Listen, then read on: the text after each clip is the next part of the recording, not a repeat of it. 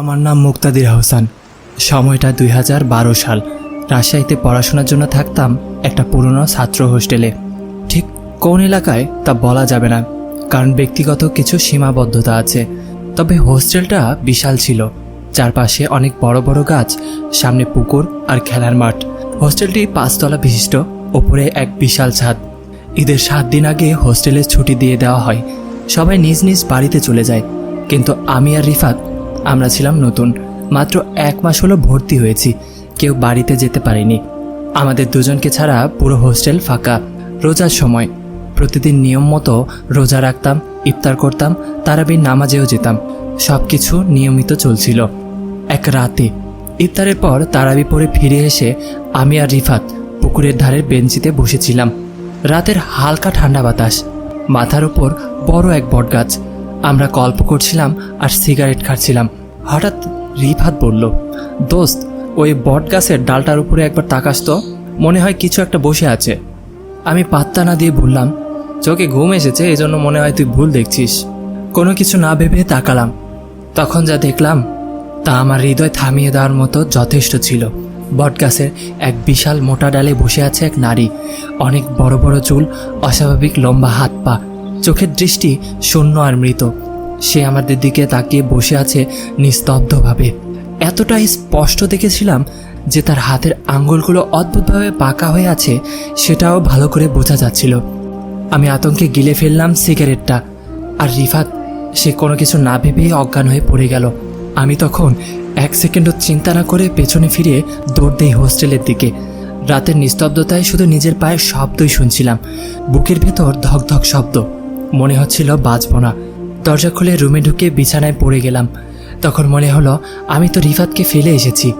ভয়ে কিছুক্ষণের জন্য নিস্তব্ধ থাকলাম, তারপর আরেকটু সাহস নিয়ে বারান্দা দিয়ে নিচে তাকালাম। কেউ নেই।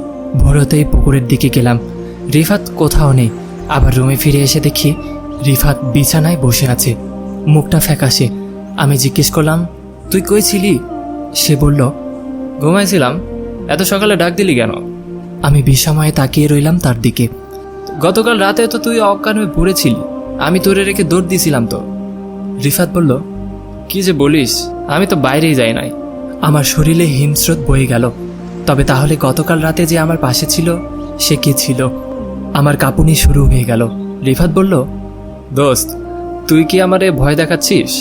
আমি কিছু না বলে এক প্রকার হালকা হাসি দিয়ে বললাম, আরে না, ঘুমের জন্য ভুলে এমন মনে হচ্ছে হয়তো।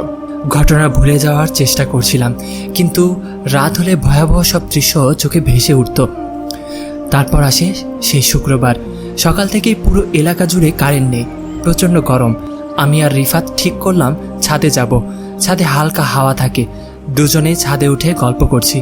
রিফাত বলছিল, দোস্ত, তোর সাথে গতকালের ঘটনা নিয়ে বেশি ভাবিস না, মনে ভয় পেলে শরীরও দুর্বল হয়ে যায়।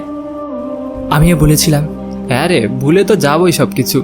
ঠিক তখনই আমাদের মাথার ওপর দিয়ে সোনালি আলো ছড়িয়ে কিছু একটা খুব দ্রুত গতিতে চলে গেল।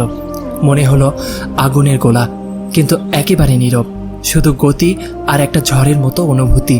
আমরা হতবাক হয়ে তাকিয়ে রইলাম। তখন থেকে ছাদে থাকা যেন বিপদ ডেকে আনলো। রিফাত হঠাৎ করেই কাঁপতে লাগলো, তার চোখ লাল হয়ে গেল। আমার দিকে তাকিয়ে বলল, তুই আমায় বিশ্বাস করিস না? আমি সব জানি, আমি জানি তুই আসলে কে। আমি ভয় পেয়ে গেলাম। এই রিফাত না, অন্য কেউ যেন কথা বলছে। আমি বললাম, রিফাত, কি বলছিস? তুই ঠিক আছিস তো? সে চিৎকার করে উঠল, তোকে আমি ছাড়বো না। আমি ছুটে নিচে নেমে এলাম।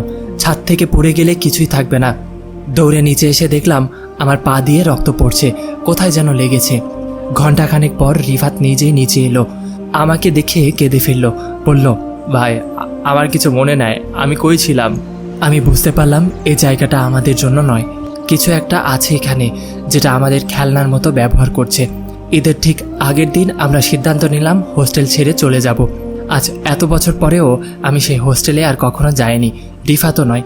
কিন্তু মাঝে মধ্যে রাতে ঘুমের মধ্যে হঠাৎ জেগে উঠলে মনে হয় আমি আবার সেই পুকুরের ধারে বসে আছি, আর বটগাছটা নড়ছে হালকা বাতাসে। শুধু জানি ঈদের 7 দিন আগে যা ঘটেছিল তা কোনো সাধারণ ঘটনা ছিল না।